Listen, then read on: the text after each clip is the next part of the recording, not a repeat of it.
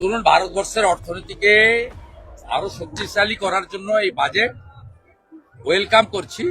সামগ্রিকভাবে গোটা ভারতবর্ষে মধ্যবিত্ত এবং নিম্নবিত্ত তাদের জন্য আয়করে 31শে জুলাই পর্যন্ত রিটার্ন দেওয়ার ব্যবস্থা বা অন্যান্য যে সরলীকরণের ব্যবস্থা তাকে ওয়েলকাম করছি।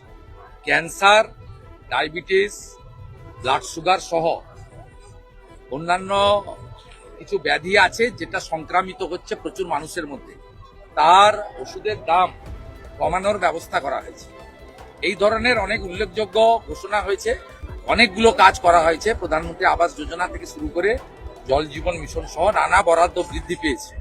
বিশেষ করে পশ্চিমবঙ্গের ক্ষেত্রে আমাদের আজকে যে প্রাপ্তি, এটা কর্মসংস্থানের দিকে এগোচ্ছে পশ্চিমবঙ্গ। শিল্পায়নে জোর দেওয়া হয়েছে। ডানকুনি থেকে সুরাট পর্যন্ত ফ্রেট করিডোর এবং দুর্গাপুরের শিল্প করিডোরের জন্য বিশেষ ঘোষণা।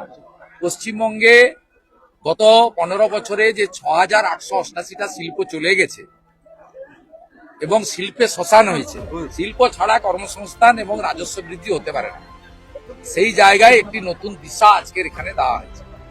এর বাইরেও শিলিগুড়ি সহ নানা উন্নয়নমূলক দিক ও পশ্চিমবঙ্গে অবস্থিত কেন্দ্রীয় সরকারের বিভিন্ন সংস্থাতে পর্যাপ্ত পরিমাণ বরাদ্দ এই বাজেটের মধ্যে করা হয়েছে এবং আমি মনে করি এই বাজেট অর্থনীতির ক্ষেত্রে এবং মানুষের জনমনে, সাধারণ মানুষের ক্ষেত্রে এবং বিশেষ করে বেকার যুবক যুবতী এবং খেলোয়াড়দের কর্মসংস্থানের জন্য খেলো ইন্ডিয়া তার বিশেষ ব্যবস্থা এখানে রাখা হয়েছে এবং কৃষকদের জন্য সারে ভর্তুকি সহ পিএম কিষাণ সম্মান নিধির বরাদ্দ বৃদ্ধি সহ নানা স্কিম দেওয়া হয়েছে এবং প্রত্যেকটি স্বনির্ভর গোষ্ঠীতে লাখপতি দিদি বানানোর কর্মসূচিকে বাজেটে অন্তর্ভুক্ত করে নারী সশক্তিকরণের কথাও বলা হয়েছে।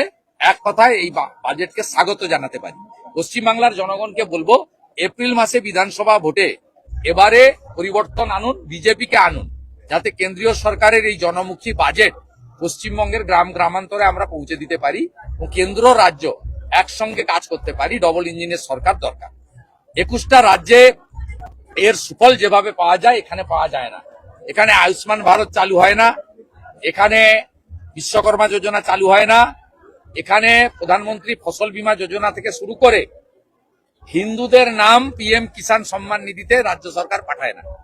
73 লক্ষ কৃষক নথিভুক্ত কৃষক 54 লক্ষের নাম পাঠায়, আর যারা হিন্দু আরো প্রাপ্যযোগ্য প্রধানমন্ত্রী দিতে চাইলেও তাদের নাম রাজ্য সরকার পাঠায় না।